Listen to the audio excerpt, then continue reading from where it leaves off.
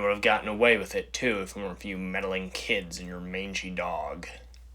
Although I believe the American ape man really is out there, deep in the woods, that doesn't mean that every piece of quote-unquote evidence that we get is the real deal. Unfortunately, there have been more than a few hairy hominid hoaxes over the years from pranksters and con men, but for this video, I'll limit it to 5 of them. First off is this Colorado Bigfoot footage that went viral back in 2022. The footage was filmed by a man named Stetson Parker while he was on a train that was traversing southwestern Colorado. He was filming the landscape when he captured this mysterious figure on video. Could this creature have been a Sasquatch? Well, the title of this video is 5 Famous Bigfoot Hoaxes, so, no, obviously not. A local company by the name of Sasquatch Expedition Campers, unsurprisingly, has a Bigfoot mascot that sure looks a lot like the figure in this video. Now, I don't think that Parker or Sasquatch Expedition Campers meant to mislead people when the video was made. I think Stetson just saw the mascot while the business was using the suit for something, and given the distance and the fact that he was on a moving train, didn't realize that what he was looking at was nothing more than a person in a costume. Next up is this piece of alleged Bigfoot footage that was said to have been captured by hikers in Sonoma, California. The footage is far from stellar, but during the last 5 seconds of the clip, you can see what appears to be a Bigfoot of some sort. Well, if you think there's any magic in what I'm showing you, you're not exactly wrong.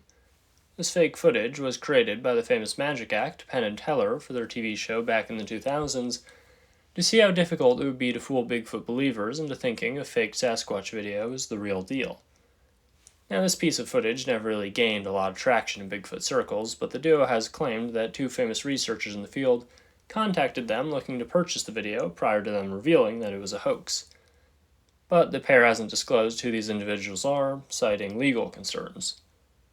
My biggest takeaway from the whole story is, if this is the best that 2 world-famous magicians can do with a TV show budget, it does make you wonder if some of the more legitimate-looking Bigfoot footage that exists out there really is the genuine article. As embarrassing as it might be to admit, this next one actually had me wondering for a few days, and that is the fake Bigfoot skull that was posted on Instagram by an account called Coyote Peterson on July 7th in 2022.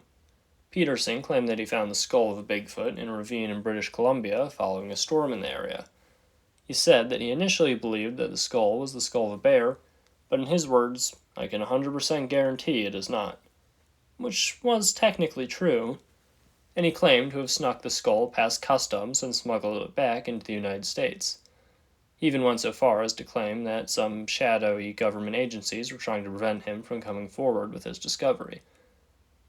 While I was cautiously optimistic, esteemed Bigfoot researcher Jeff Meldrum wrote it off as a hoax, saying that the Bigfoot skull was in reality nothing more than a reproduction of a gorilla skull, and in the end it was Dr. Meldrum that was correct, with the skull just being a hoax that was being used to promote Coyote Peterson's newest video at the time.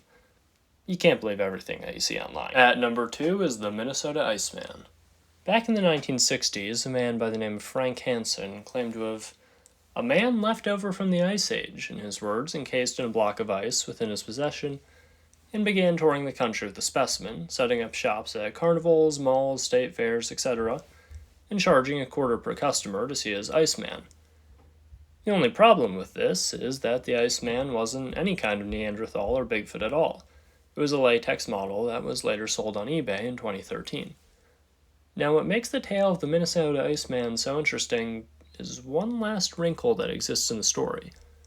It's been claimed that the latex model was not the original Iceman, and that there was an original that may have been the real deal.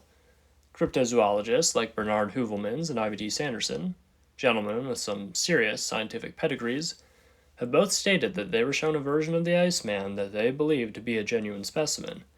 It's believed that the original was stolen or went missing and was replaced with a fake to keep the money rolling in, but the alleged original and genuine Minnesota Iceman has yet to surface. At number 1 is the fake Bigfoot body from August of 2008.